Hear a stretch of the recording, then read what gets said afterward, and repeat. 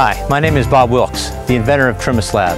I'm here to show you a few techniques and tips for installing Trim-A-Slab. But first, let's take a closer look at the material itself.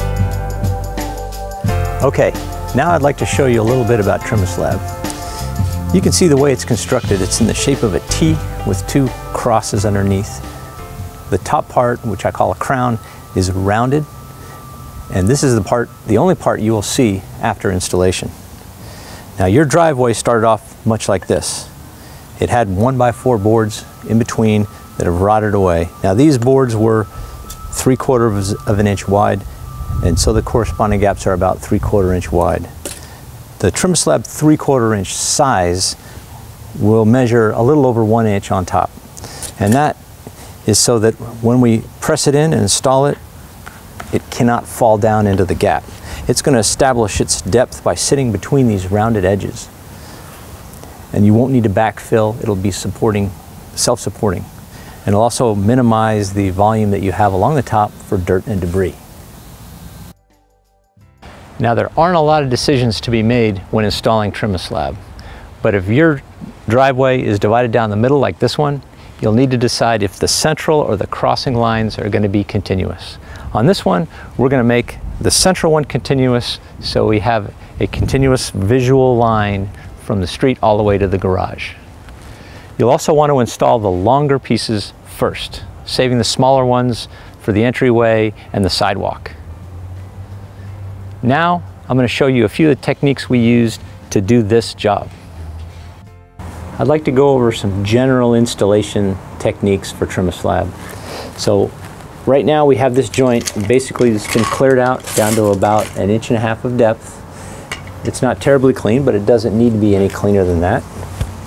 We're going to start on one end, we're going to push it in just using hand pressure, and we're going to keep it straight ahead of ourselves and just work it in like this.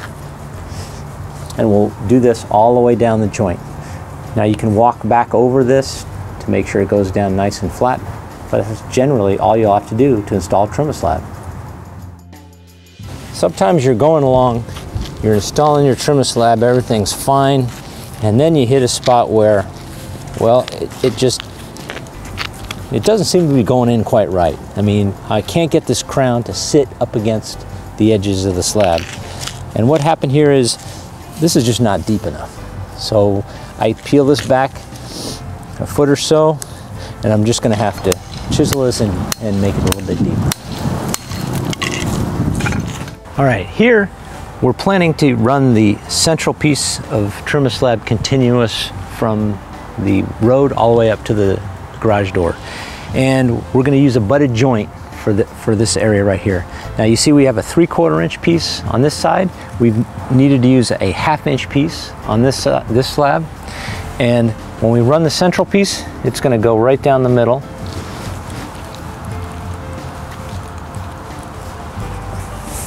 And it's going to look nice and tight. All right, here's one other type of joint you can use, and this was actually suggested to me by a customer.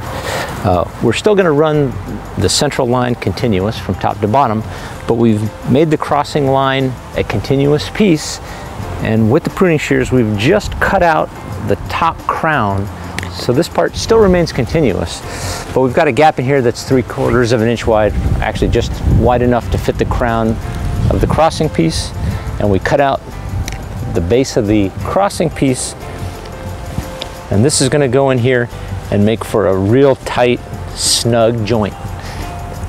This is the over-under joint. Okay, one other situation you might encounter is similar to right here. We've got concrete that's joining these two slabs. Now that can happen if there was a knot in the board and the knot had fallen out before they poured, and so there's concrete going across, or I'm not really sure what happened here, but there's concrete going across.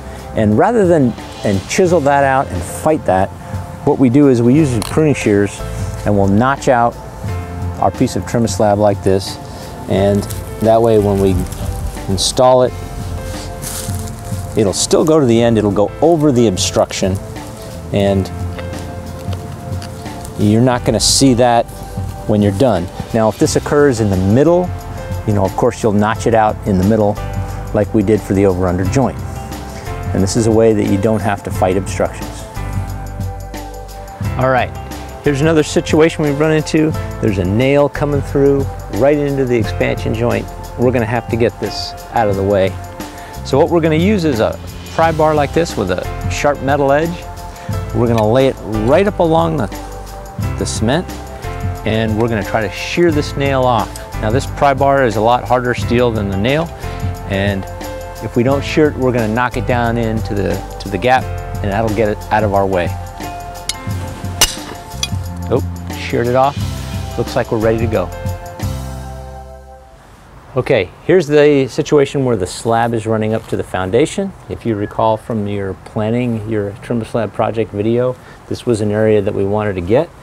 We've put Trim-A-Slab in, it looks really good. We run it, started on the end, we run it out to the edge, and we are just gonna trim to match. So there's really no measuring involved. We're just gonna cut it exactly where it needs to be cut. And for these cutting, I really like to use these pruning shears. Get yourself a new pair, nice and sharp, and it'll make the job go much easier. And that's all you have to do for this kind of a joint. Now, occasionally you may find a joint that's extremely tapered. Now, we have one here that goes from a little over 1/2 inch all the way up to 1 inch. So we're gonna use the 3/4 inch Trim-A-Slab, and to make it a little bit easier to install on the tight end, use pruning shears, and we'll shave off a little bit of the ribs on one side.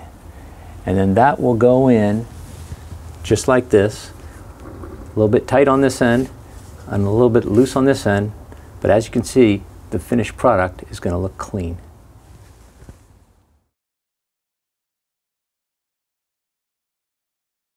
For you do-it-yourselfers, you'll find measuring templates and instructional videos on the website that will show you how to measure your driveway, plan the job, and also show you a few installation tips.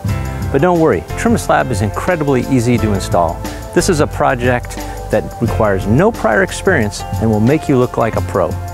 You can buy Trim-A-Slab at your local hardware store or order it at Trim-A-Slab.com, and we will ship it direct to your door.